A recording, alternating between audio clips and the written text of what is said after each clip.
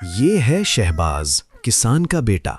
हर सुबह बकरियां चराने ले जाता है, लेकिन आज नींद में है। बकरियां शुरू से ही शरारत पर उतर आती हैं, कभी इधर भागें कभी उधर। शहबाज का दिमाग खराब। एक सफेद बकरी सबसे ज्यादा शरीर है, शहबाज का नाश्ता उठाकर भाग गई।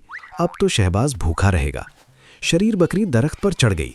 शहबाज भी पीछे चढ़ने लगा, लेकिन गिर पड़ा। बकरियां मैं करके हंस रही हैं। और अब तो हद हो गई। बकरी के पीछे भागते भागते शहबाज तालाब में गिर पड़ा, पूरा भीग गया। सब गांव वाले देखकर हंस रहे हैं। शहबाज शर्म से पानी पानी हो गया। बकरियां मासूमियत से खड़ी हैं। अब्बू हंसी रोकते हुए कहते हैं, बेटा बकरियों को समझ से संभालो, ताकत से नहीं। शहबाज सर झुकाकर सुनता है। अगले दिन शहबाज ने चालाकी की। ताज़ा घास दिखाया तो सब बकरियां पीछे पीछे चल दी। आसान। लेकिन वो शरीर सफ़ेद बकरी फिर से शरारत करने लगी। अब शहबाज की पगड़ी खाना चाहती है। आखिर में शहबाज समझ गया, मोहब्बत और समझ से सब कुछ आसान हो जाता है। अब वो और शरीर बकरी दोस्त बन गए।